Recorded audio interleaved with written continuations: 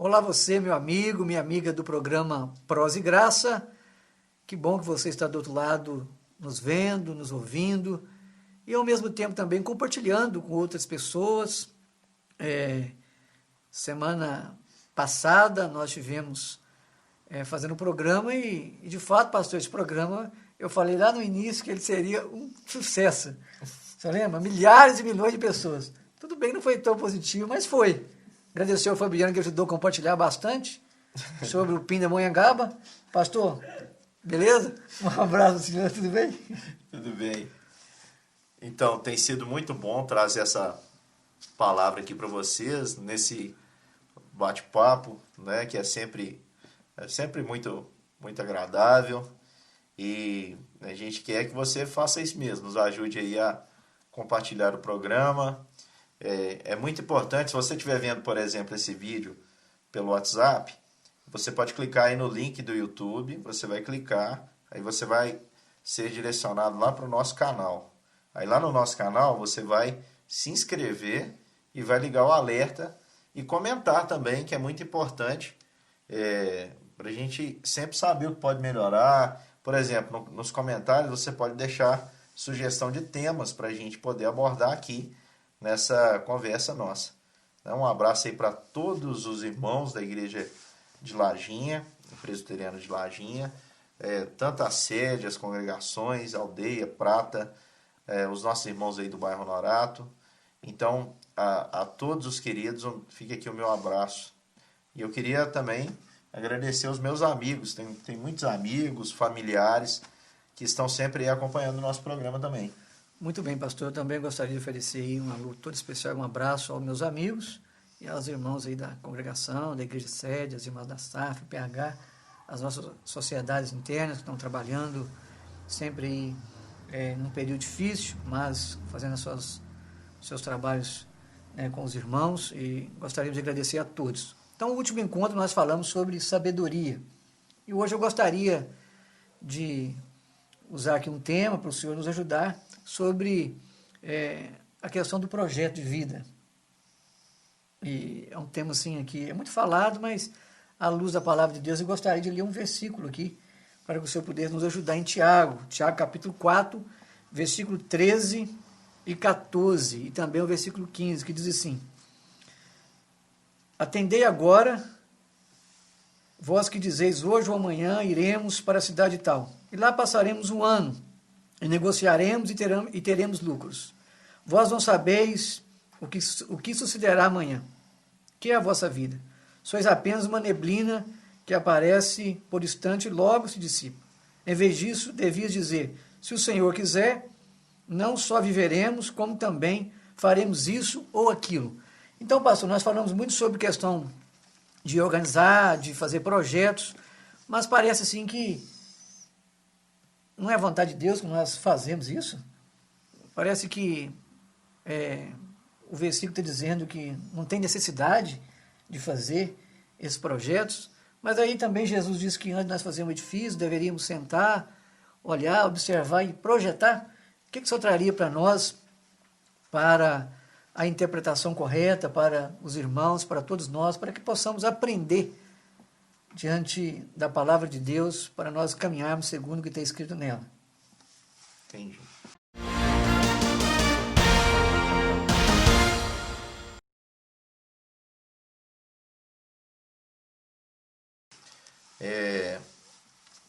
Então, o que eu pude perceber aqui, que você leu em Tiago, capítulo 4, versículo, principalmente o versículo de número 15, né? 13 e 15, que diz assim: Atendei agora vós, que dizeis, hoje ou amanhã iremos para a cidade tal, e lá passaremos um ano, e negociaremos, e teremos lucro. No versículo 15, no versículo 14, ele diz, e vós não sabeis o que sucederá amanhã, que é a vossa vida, sois apenas como neblina que aparece por um instante e logo se dissipa. Em vez disso, devia dizer, se o Senhor quiser, não só viveremos aqui, como também faremos isso ou aquilo. Entendi. Você está questionando aqui o problema entre o que está escrito aqui, que parece ser uma recomendação para a gente não planejar realmente, e o planejamento, que parece ser tão importante. Vamos analisar isso então. Ô, Luciano, a primeira coisa que a gente precisa entender é que o planejamento é algo essencial para o homem. Todo homem ele deve planejar em tudo. Por exemplo, porque isso é sadio, não é? Uhum. Vamos supor, se você pretende casar, você deve fazer um planejamento para casar, um projeto para casar. Não é assim que as pessoas fazem? Claro. Geralmente pensam quando vai poder casar, como adquirir as coisas mínimas para casar, etc. Não é? Se você pretende fazer uma viagem, você planeja. E isso envolve tudo. Por exemplo, por onde eu vou passar, o que eu tenho que levar. Muito difícil você ver uma pessoa... Existem. O que eu tenho na conta, né? O que eu tenho na conta. Existem pessoas que fazem assim. Por exemplo, eu vou... Tá certo, Alfredo. Tem gente que diz assim, eu vou viajar. Por exemplo, tá de moto lá em lembrei aqui do Tonhão, né? Nosso amado Tonhão aí que já fez isso. Foi até um determinado lugar de moto e de repente cismou e foi até Pará, Maranhão, não sei. Então, existe. Mas, geralmente, as pessoas planejam tudo que vão fazer. Mas o que acontece? O que esse texto está dizendo e o que Jesus disse também não exclui, o planejamento ele não exclui a submissão à vontade de Deus. Todo o meu planejamento, ele deve ser feito por mim, mas eu preciso entender que a resposta, e é isso que o texto está dizendo aí, é que a resposta certa vem de Deus. Aí eu vou citar Provérbios, se eu não me engano, capítulo 16, versículo 1, que diz o seguinte, eu vou ler lá. Eu sei de qual, mas eu vou confirmar se a referência está certa. Provérbios 16, versículo 1, isso mesmo. O coração do homem pode fazer planos, mas a resposta certa dos lábios vem do Senhor. E versículo 2 diz, todos os caminhos do homem são puros aos seus olhos, mas o Senhor pesa o espírito. E o versículo 3, que eu acho interessante, ele diz assim, confia ao Senhor as tuas obras, e os teus desígnios serão estabelecidos. Então, o planejar, ele não exclui a submissão àquilo que Deus quer, mas o planejamento, ele é importante.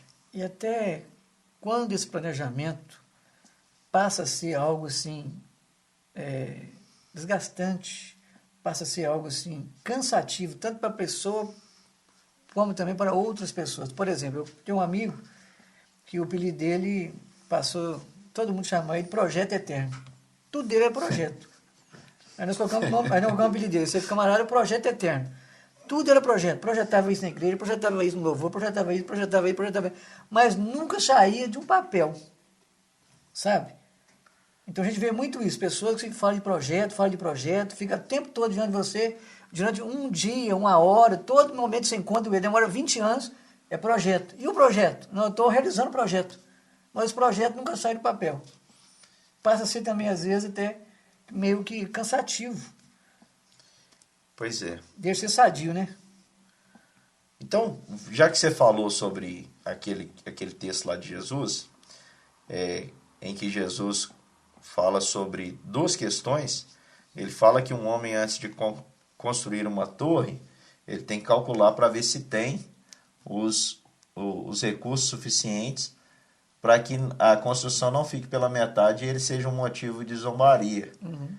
Né? Porque, de fato, uma pessoa, por exemplo, que começa a fazer, por exemplo, uma casa muito, muito grande, e de repente para sem ter condições de acabar, porque viu que o projeto seria inviável, é uma coisa realmente que se torna um motivo aí de zombaria e fica ali aquela construção muitas vezes de pé, parcialmente de pé, mas que as pessoas olham e dizem, olha lá, tá vendo? Não calculou, não pôde acabar. Também Jesus conta sobre, antes de entrar numa guerra, é para calcular se você tem condição de vencê-la. Se não tiver, é para mandar alguém para fazer as pazes e viver em paz, né? Se render e tudo mais. Todas essas falas de Jesus têm a ver com aqueles que planejavam segui-lo. E ele dizia, olha, pensa bem no preço. Pensa bem no que você está disposto, você está prestes a fazer.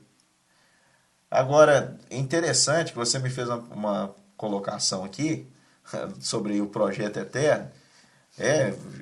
Eu concordo com você, chega a ser chato. Eu conheço um monte de gente que tem N planos para qualquer assunto. Não é? Você, por exemplo, tem alguém fazendo algo. Ela tem 1000 maneiras de fazer aquilo ali que a pessoa está fazendo. Só que se você olha para a vida dela, ela nunca colocou uma em prática. Então, o discurso, os projetos, os planos, eles só têm sentido se do campo da ideia eles vierem para o campo da prática. Por exemplo, Jesus condena planos que não se concretizam, que são só planos. Por exemplo, certa vez, alguns discípulos ele chamou e disse, vem e segue-me. Eles disseram, Senhor, te seguirei, deixa-me primeiro despedidos da minha família, deixa-me primeiro sepultar meu próprio pai. Planos que se delongam, que não se transformam em prática. E Jesus também condenou isso, não é? Por que o planejamento ele é importante para nós? Porque todo planejamento, quem me conhece aí melhor sabe que eu sou fã de planejamento. Existe um negócio, uma ferramenta criada e muito utilizada no campo da administração chamada planejamento estratégico. Que basicamente, não vou ter tempo para explicar isso aqui, não é nem o nosso propósito, mas basicamente consiste em enxergar quem você é e onde você quer chegar. É você entender quem você é e até onde você quer ir. E aí você faz um plano a curto prazo, a médio prazo e a longo prazo. Vamos trazer isso para o campo da fé. Qual que é a época do ano, Luciano, que as pessoas fazem mais plano, você acha? Final do ano, dezembro, janeiro. Final do ano. Você que está me ouvindo aí, tem certeza. Você falou, no ano de 2020, eu vou emagrecer. No ano de 2020, eu vou ler a Bíblia toda. No ano de 2020... Eu vou casar. Aí milagre já não entra no campo do planejamento. O Luciano já casou e é milagre. prova de que milagres acontecem, né? Mas coisas que dá para você fazer, que depende de você mesmo. Quantos compromissos você assumiu no final de ano? Quantos planos você fez e não executou?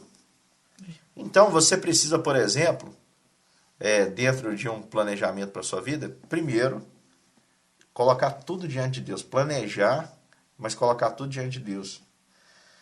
Porque a resposta certa dos lábios do Senhor vem. É o que o texto lá diz. A palavra final sempre é de Deus. E eu falo isso, Luciano, porque eu lembro que eu tinha um plano para a minha vida, um projeto, né?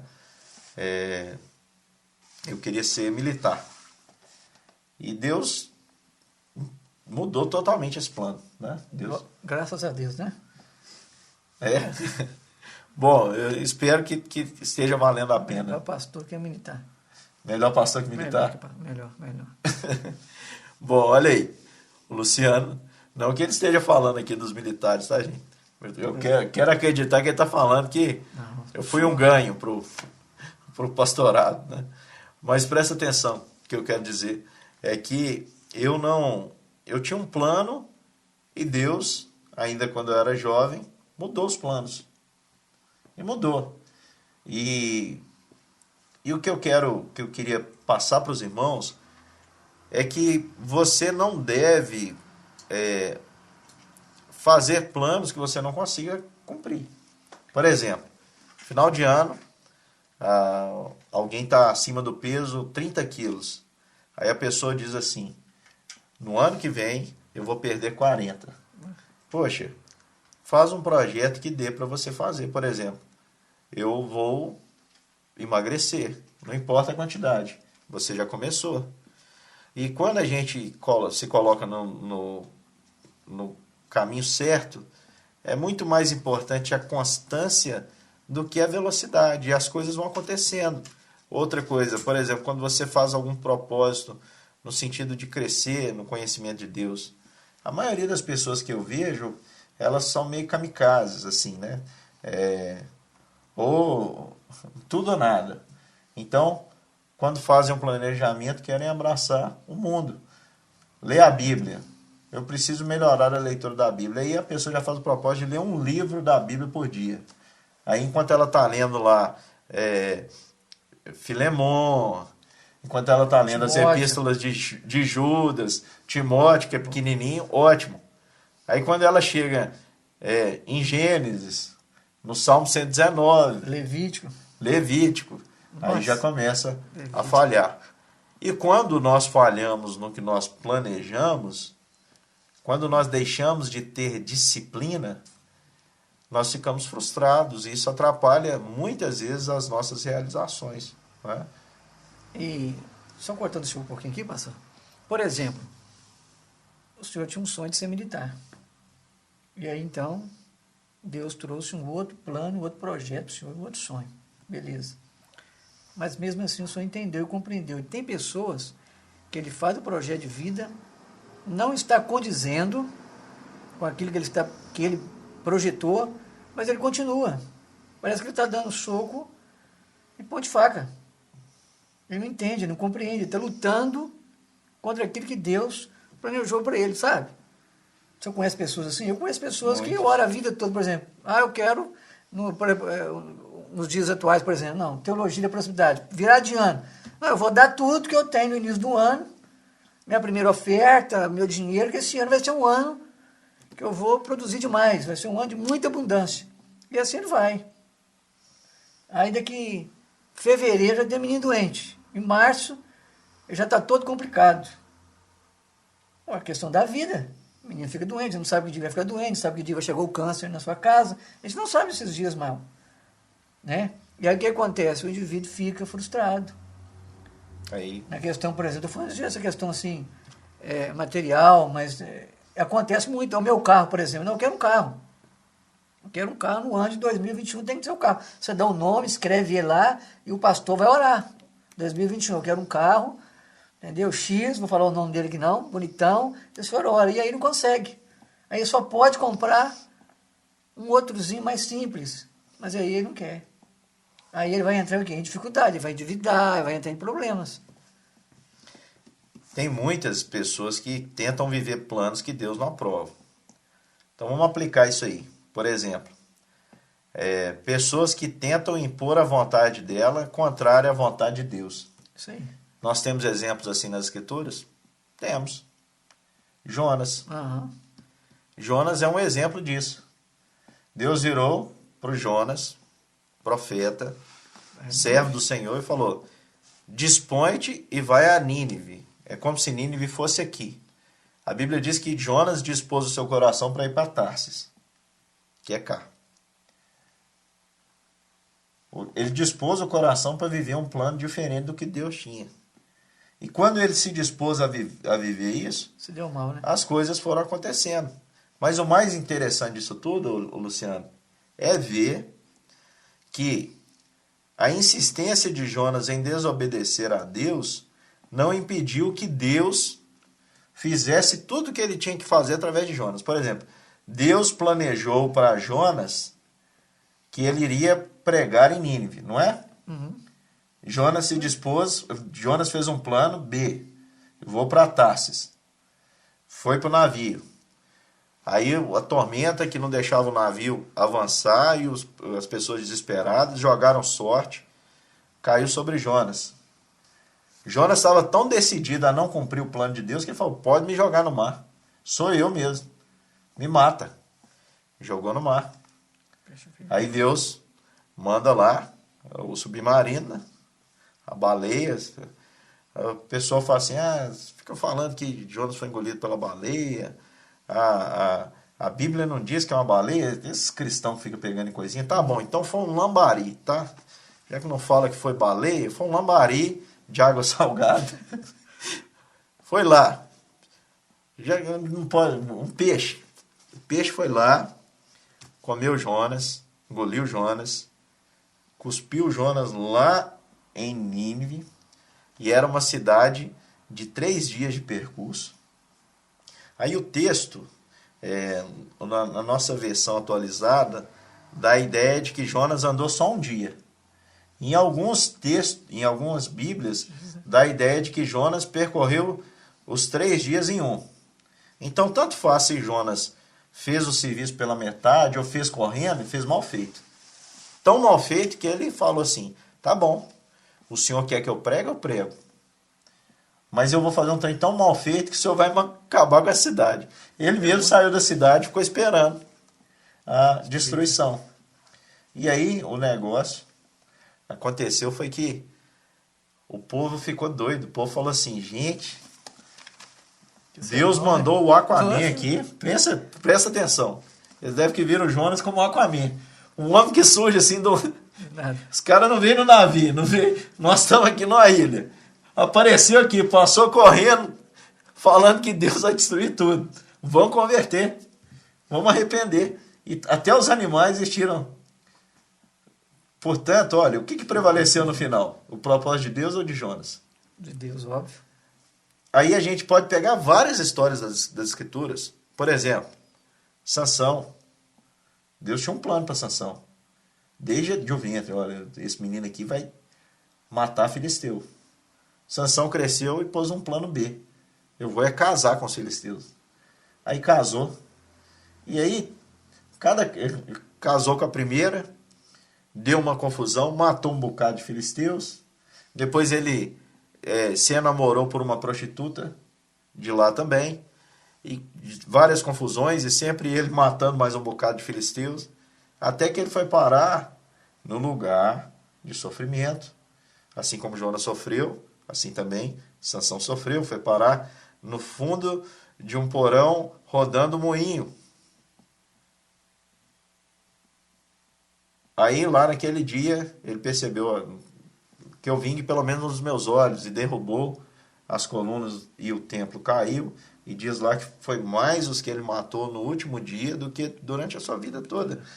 Cumpriu o propósito de Deus? Não era matar filisteus? Matou. E diz o texto lá que foi assim que começou a libertar o povo das mãos dos filisteus. Portanto, pensa comigo. Um homem pode apresentar planos que vão contra aquilo que é a vontade de Deus. Eu só quero dizer para você o seguinte, o que Deus tem para realizar através da sua vida, Ele vai fazer. Mas que bom seria se você se adequasse aos planos de Deus e não ficasse esperando Deus se adequar aos seus planos, porque Ele não vai. Deus é imutável. O que Deus tem para nós é bom, perfeito e agradável. Que bom seria se você se adequasse. Porque você já pensou se Jonas disse, Senhor, eis-me aqui, irei a Nínive. O que Jonas seria? Galardão e ausência desse sofrimento todo. E Sansão? Seria um herói relembrado. Agora, o homem que tema em pôr um plano B, em temar com algo que Deus já mostrou que não vai dar certo, que não tem chance de sucesso, ele vai sofrer. O sofrimento vai fazer com que esse homem, muitas vezes, seja uma pessoa frustrada no sentido pessoal, mas que não impede o plano divino de acontecer, o plano de Deus de acontecer. Tudo que Deus tiver que fazer através de alguém, Ele vai fazer, os efeitos serão os mesmos. A gente encontra muitas pessoas, pastor, que tipo fazendo uma greve, né? Pessoas pirracentas, e aí vem essas frustrações, por exemplo, de sonhos. Uma pessoa chegou, ouviu, desejosa de adquirir muitas coisas, ela doou tudo que ela tinha. E eu cheguei para trabalhar com essas pessoas, ela disse, não recebemos. Ele falou, não, é um rapaz, evangelista, não quero nem ver essa turma. Esse bando de gente, quero matar todos. Some com esse povo daí. Beleza, voltei para casa. 8 dias, fui novamente. Mas está aqui ainda? Voltou novamente? Quero matar isso, some daqui. A mulher estava chateada, mas ao mesmo tempo ela queria uma coisa e veio ao contrário. Passou mais ou menos uns 2 meses. Eu consegui chegar na casa dela. Cheguei lá, a mulher estava num estado de depressão, estava muito, muito ruim a situação dela. Fui aproximando dela, fui conversando, e falei nada também de Bíblia, nada. Fui bater papo com a mulher. E aí no final, depois de meses, ela já pediu oração para mim e contou a situação dela. Mas primeiro que... E qual era a situação? A situação dela é que ela deu algo esperando receber aquilo em dobro. E ela estava em uma certa denominação, uma certa igreja, mas recebeu em dobro, não recebeu, e ela ficou aborrecida, ficou chateada que teria que acontecer, porque ela ouviu aquilo, e aquilo era algo de Deus para ela, porque muitas pessoas passam como que é de Deus e não é, sabe? E ela então estava amargurada. E aí demorei, e graças a Deus ela se encontrou novamente. Então nós encontramos muitas pessoas assim. Isso aí, ó, é um erro. Os planos de Deus não são os meus. Os pensamentos de Deus não são os meus pensamentos. Mas a pessoa vai, porque o indivíduo usa como Deus, a pessoa acredita, não é Deus que está falando. É isso aí. Eis-me aqui, é Deus, vai aí, toma, chamba. Eu, por exemplo, né, eu não... Vai aí. Eu, sem querer ofender quem está nos ouvindo e pensa diferente, mas eu, o Wellington, eu não recebo essas coisas, não vejo como sendo de Deus. Pode chegar para mim aqui, como já chegaram diversas vezes, e disse assim, eu tenho uma palavra de Deus para você, eu não tenho como averiguar se é, portanto eu não levo a sério, né? Porque eu acredito que tudo o que eu preciso saber está aqui.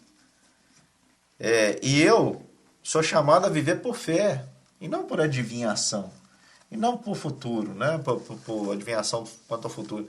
E a gente sabe que tem muita gente inescrupulosa nesse sentido, que fazem essas afirmações, dizem para as pessoas, olha, você vai ter isso, vai ter aquilo, e o homem age muitas vezes com ganância. Coloca a sua esperança nisso, como foi o caso dessa mulher que você contou, e fica frustrada depois porque não foi atendida. Mas aí eu pergunto, a culpa é de Deus? Não, claro que não. Não.